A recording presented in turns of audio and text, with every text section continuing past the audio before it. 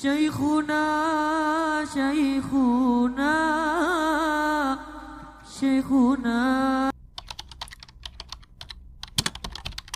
Adibu auladakum ala salati khisalin hubbi nabiyikum wa hubbi ahli baitihi wa qiraatil Qur'an.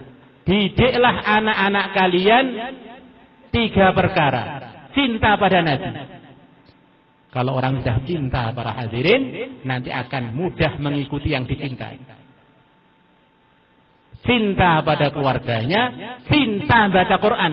Bukan dipaksa baca Quran, cinta baca Quran. Maka kita di pondok, di rumah dengan anak, dengan istri, usahakan menjadi motivator. Untungnya cinta pada Nabi. Untungnya cinta pada keluarga Nabi. Untungnya cinta baca Al-Quran. Untungnya baca Al-Quran ini begini. Untungnya cinta Nabi begini. Nanti akhirnya iman akan mengikut, Islam akan mengikut, amal akan mengikut.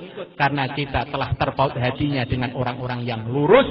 Akhirnya kita pun keloberan, kecipratan kelurusan mereka.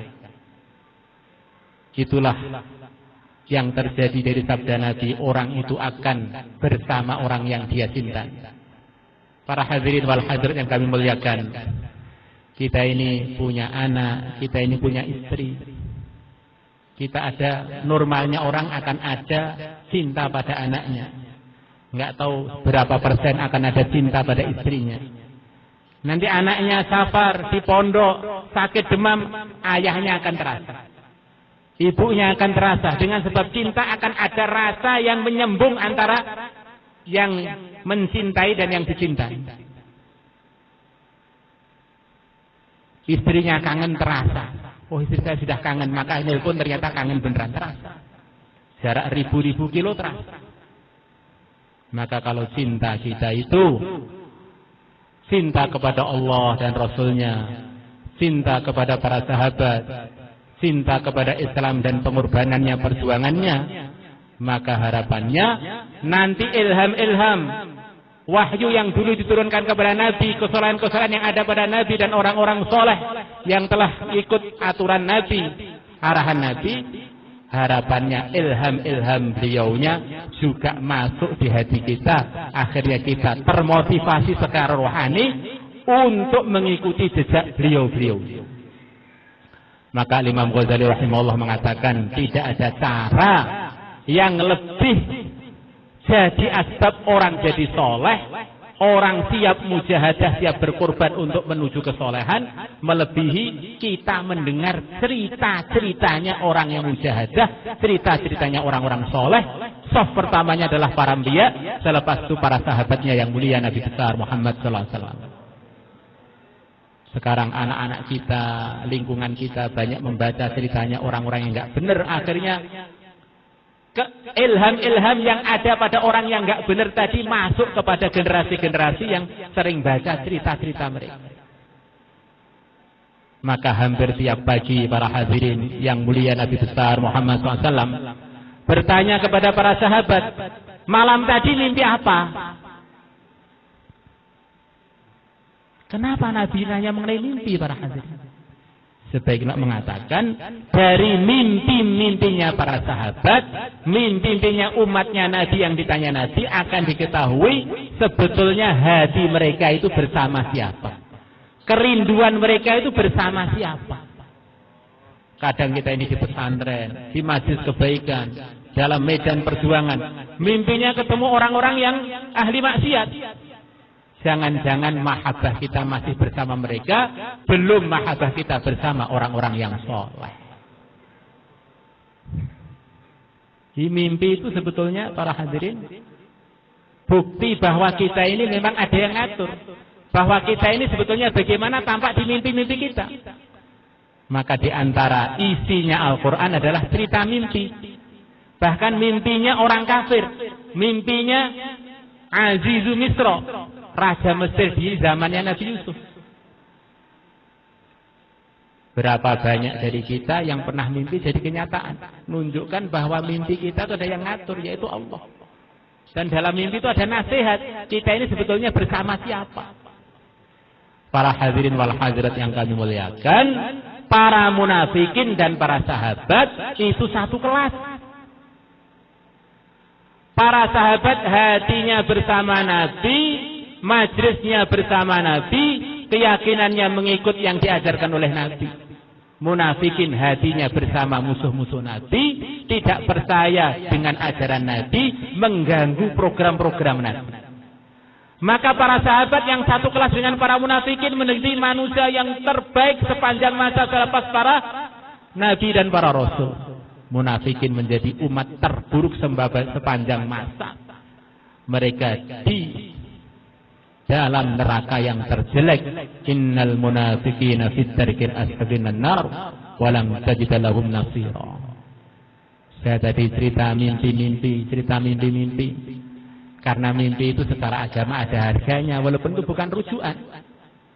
Nabi kita mengatakan ar-ru'ya as-salihah juz'un min sittati wa arba'ina juz'an minan nubuwah. Bahwa mimpi itu yang benar, yang bagus adalah satu bagian dari 60 bagian kenabian. Apa maksudnya para hadirin? Para ulama mengatakan ini ada isyarat yang perlu kita renungkan bersama.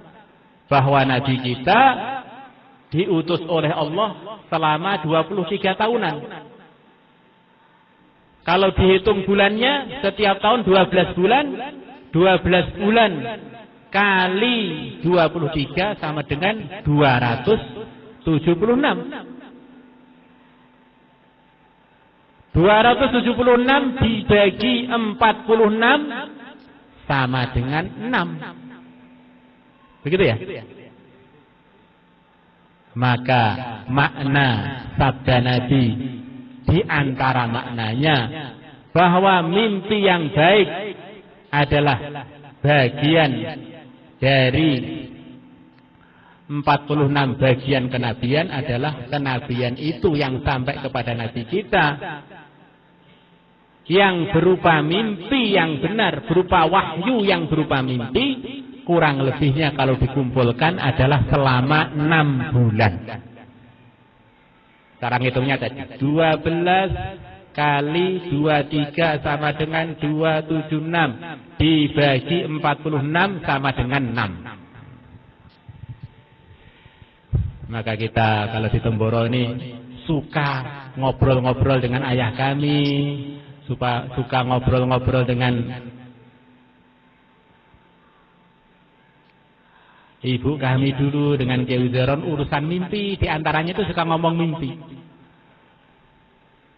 Kadang-kadang ada sebagian keluarga kami yang mimpi, saya ini kok mimpi di selatannya Masjid Pusat itu Rasulullah di situ. Akhirnya bangunannya dinamakan Nur Muhammad namanya.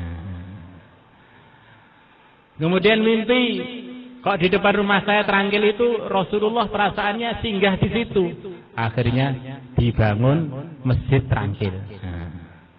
Akhirnya pernah mimpi itu di sebelah selatan sana di Masjid Baru Al-Masjid. Ada yang mimpi Rasulullah dengan Sayyidina Hasan Husain di situ. Akhirnya dibangun masjid. Ini orang Temboro itu banyak mimpi. Asalkan mimpinya memotivasi untuk mengikuti Nabi, untuk menjadi bagian Ahlus Sunnah wal Jamaah, itu kita anggap itu bagian dari ar-ru'ya as-salihah yang perlu kita perhatikan. Jadi kalau mimpinya buruk-buruk, ketemu orang buruk, wah ini jadi teguran dari langit supaya banyak istighfar. Sepertinya sudah baik, ternyata kita ini masih amburadul, hatinya masih bersama orang-orang yang belum baik, belum diridhai oleh Allah Subhanahu wa taala. Termasuk mimpi kita ketemu dengan ayahnya Ustadz Imam tadi, ini semoga menjadi bagian dari mimpi yang berkahi untuk kami dan berbaik untuk semuanya. Kita anggap wujudnya Az-Ziyadah ini tidak lepas dari solehnya orang yang telah membangunnya, dan juga sepertinya telah direstui secara rohani oleh orang-orang soleh sebelumnya, bahkan telah direstui oleh yang mulia Nabi besar Muhammad SAW dengan mimpi kedatangan beliau dengan keluarga besarnya imam, bahwa kakek-kakeknya mampir ke Temboro. Saya sendiri kalau ke Jakarta sebetulnya Mbah Yai Zayadi itu yang mana sih itu? kok tiba-tiba tahun 2025 ini saya bisa sampai ke tempat ini. Semoga ini bagian dari silaturahmi secara ruhani. Masya Allah. Semoga nanti kita semuanya juga akan berkumpul lagi di majlis berikutnya di dunia ini sebelum akhirat. Bahkan nanti di kuburan kita semuanya di alam barzah bisa saling ziarah mengziarahi. Bahkan nanti ketika dengan baksar kita saling tolong menolong supaya semuanya bareng-bareng dapat ridhonya Allah, bareng-bareng masuk surga. Setiap orang beriman yang telah diputuskan masuk surga akan dibilang kepada dia, lihatlah di surga teman-teman kamu dari kalangan orang-orang beriman yang belum ada di surga, kamu cari, kamu ajak ke surga.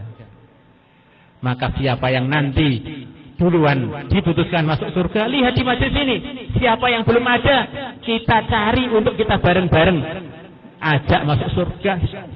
Maka itulah yang dikatakan para ulama dari mafhum sekian banyak hadisnya Nabi, likulli mu'minin syafa'ah. Setiap orang beriman itu diberi hak untuk membela temannya yang beriman nanti ketika di mahsyar. Maka majlis silaturahmi antar orang beriman hanya semata-mata karena agama, hanya semata-mata karena merjuangkan agama. Silaturahmi dari rumah ke rumah, silaturahmi dari majlis ke majlis, itu bagian dari usaha yang sangat penting supaya kita ini lebih terpastikan masuk surganya. Karena kita ini tidak tahu siapa yang akan diterima duluan oleh Allah. Maka kita ta'awun di dunia dengan wujudkan majlis-majlis kebaikan yang seperti begini ini, supaya kita ini tambah banyak kenalan orang-orang beriman, orang-orang soleh, orang-orang yang makbul. Dan yang tahu yang paling makbul siapa? Hanya Allah. Kadang orang itu sama sekali tidak masyhur di daerahnya, tapi dia orang soleh, tapi di langit sangat masyhur. Sebagaimana ceritanya hadis riwayat Muslim, Nabi bersabda, afdalut tabi'in rajulun yuqalu lahu Uwais. Tabi'in yang paling mulia atau termasuk paling mulianya tabi'in adalah orang yang bernama Uwais. Uwais ini di kampungnya para hadirin banyak yang menganggap dia ini orang sinting. Karena tidak sempat bisa berkomunikasi baik dengan lingkungannya.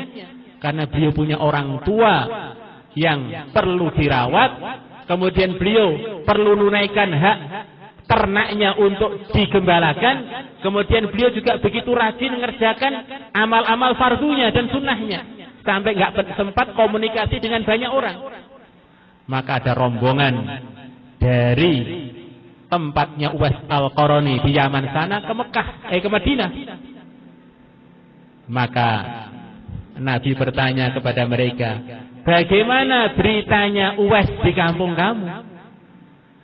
Maka orang-orang yang di majelis itu terkejut, benar-benar terkejut. Kok Rasulullah kenal dengan Uwais? Ketahuilah Uwais itu nanti di akhirat Allah akan izinkan dia untuk mensyafaati ribu-ribu orang. Lebih besar dari jumlahnya suku ini dan suku ini. Maka kalau kita melihat orang soleh, walaupun nggak kondang belas, bahkan nggak bisa ngomong, bahkan nggak bisa interaksi, asalkan dia ini bukan ahli maksiat, bisa saja dia ini mirip Uwais. Ternyata di akhirat tuh luar biasa derajat. Wahai Umar, wahai Ali, kalau kalian berdua ketemu Uwais, minta doa pada Uwais. Bukan Uwais lebih tinggi dari sahabat, bukan. Maknanya Uwais di posisi yang sangat tinggi, layak untuk dimintai doa, walaupun yang minta doa itu adalah Sayyidina Umar, Sayyidina Ali. Maka kita perbanyak ukhuwah Islamiyah, ukhuwah Islamiyah. Orang Islam ini semuanya punya rahasia khusus dengan Allah. Kita silaturahmi, kita nyemangati teman-teman kita Islam untuk bareng-bareng mengamalkan Islam, merukan Islam. Di samping kita memang cari barokah dengan banyak kenalan, harapannya mereka nanti di akhirat akan bermanfaat untuk kita, akhirnya lebih memastikan untuk kita masuk surganya. Kalau ada teman-teman yang kita kenal dari kalangan orang beriman tadi, masuk surga duluan, akhirnya menarik kita untuk masuk surga bareng dengan beliau-beliaunya. Maka semoga majelis yang seperti ini terus yang kedua, yang ketiga di majlis ini dan di musola-musola kita, di tempat-tempat pertemuan kita, akhirnya tambah banyak orang iman yang terampuni dosanya, terselesaikan masalahnya, dan terpastikan wafat husnul khotimah.